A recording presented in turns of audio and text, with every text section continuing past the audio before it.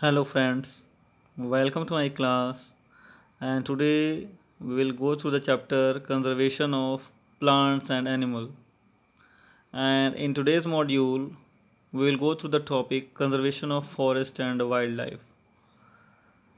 You all are aware of the word forest, but what is wildlife? Every type of life what we can found in forest are called wildlife. It may be plant, it may be animal, it may be birds, it may be insects. All the life what is we found in forest are called wildlife. What is conservation? The production, preservation, management, or restoration of wildlife and of natural resources such as forest, soil, and water is called conservation. Biodiversity. What is biodiversity? The variety of life on earth is commonly known as biodiversity. अर्थ पे जो अलग अलग प्रकार के विभिन्न प्रकार के life, वो चाहे प्लांट्स हों, एनिमल्स हों, बर्ड्स हों, इंसेक्ट्स हों, जो अर्थ पे प्रेजेंट हैं, that different varieties combinedly known as biodiversity. It plays an important role in functioning of food chain and food web. तो जो बायोडाइवर्सिटी है, they all are related with each other, they all are dependent on each other just for the functioning of the food chains and the food web. It helps to maintain the ecological balance of the ecosystem. जो biodiversity है हमारे ecosystem के balance को बना के रखती है. Ecosystem क्या है? That is sum total of biotic and abiotic components which interact with each other. तो जो बायोटिक फैक्टर्स हैं और एबायोटिक फैक्टर्स हैं उनको बैलेंस करके रखना बायोडाइवर्सिटी का रोल है.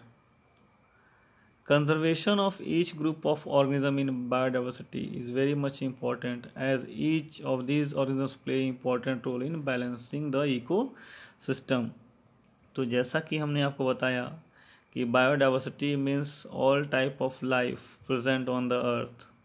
तो हर एक टाइप ऑफ लाइफ, वो चाहे छोटे से छोटा हो या बड़े से बड़ा हो, सबका अपना इम्पोर्टेंट रोल है अर्थ के ऊपर. एंड दैट्स वाई हर एक ऑर्गेनिज्म यहाँ अर्थ पे इम्पोर्टेंट है और इकोसिस्टम को बैलेंस करने में हेल्प करता है.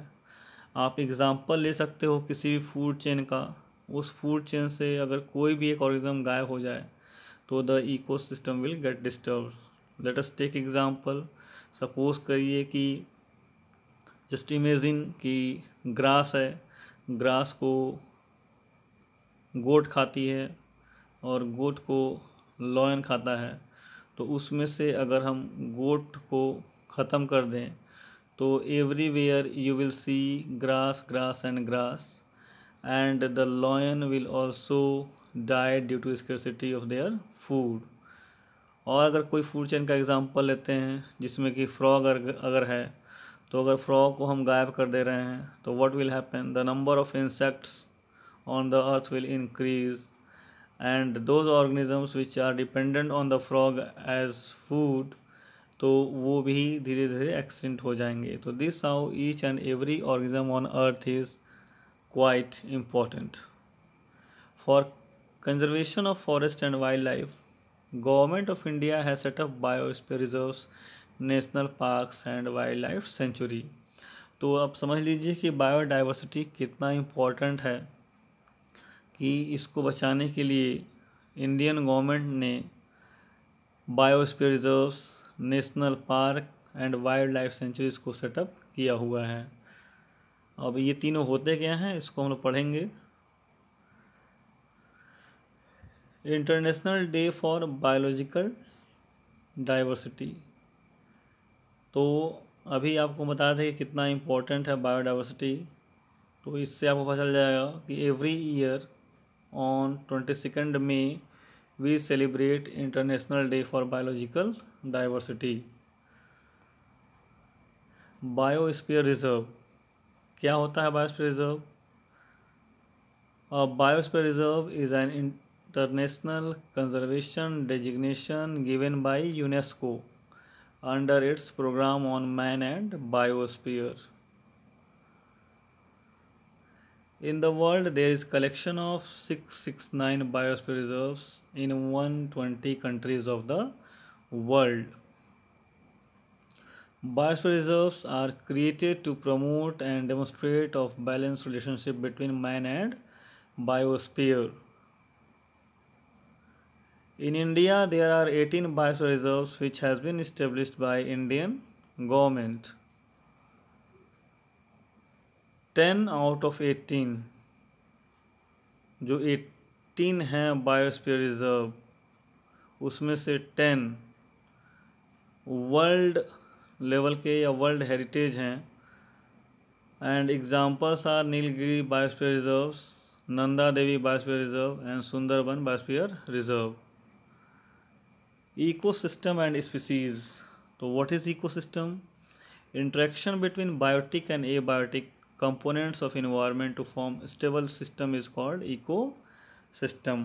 अब बायोटिक और एबायोटिक कंपोनेंट्स क्या हैं? तो जो भी लिविंग पार्ट है इन्वायरमेंट का, that is called as biotic component, और जो भी नॉन लिविंग पार्ट है इन्वायरमेंट का, that is created by God. Non living but created by God, that is called as abiotic component of the environment. तो biotic component के examples क्या क्या होंगे? Plants, animals, birds, insect etcetera. और abiotic components के example क्या होंगे? That is soil, water, mountain, sky etcetera. Now what is species? तो species are group of similar organisms which live together, feed together and breathe together to produce fertile offsprings, and they are called as species. Example ले लीजिए. Example जैसे गाय है, काऊ, तो काऊ के अलग अलग species हैं, जैसे साहिवाल है, या फिर और भी बहुत सारे काउज हैं. All that are same species. Jersey है, वो भी गाय ही है, तो जो जर्सी है या साहिवाल है, all that are the species. उसी तरह डॉग्स के एग्जांपल ले लीजिए. तो डॉग्स भी अलग अलग तरह के होते हैं, जैसे कि bulldog, greyhound etcetera. तो these are the species of the dog. तो ऐसे एनिमल्स जो एक साथ रहते हों, एक ही साथ फीड करते हों और एक साथ ब्रीड करते हों ताकि फर्टाइल ऑफस्प्रिंग्स पैदा कर सकें, तो then that group is called as species. तो डॉग एक स्पीसीज़ है, उसी तरह काऊ भी एक स्पीसीज़ है. Thank you for the class and please subscribe my channel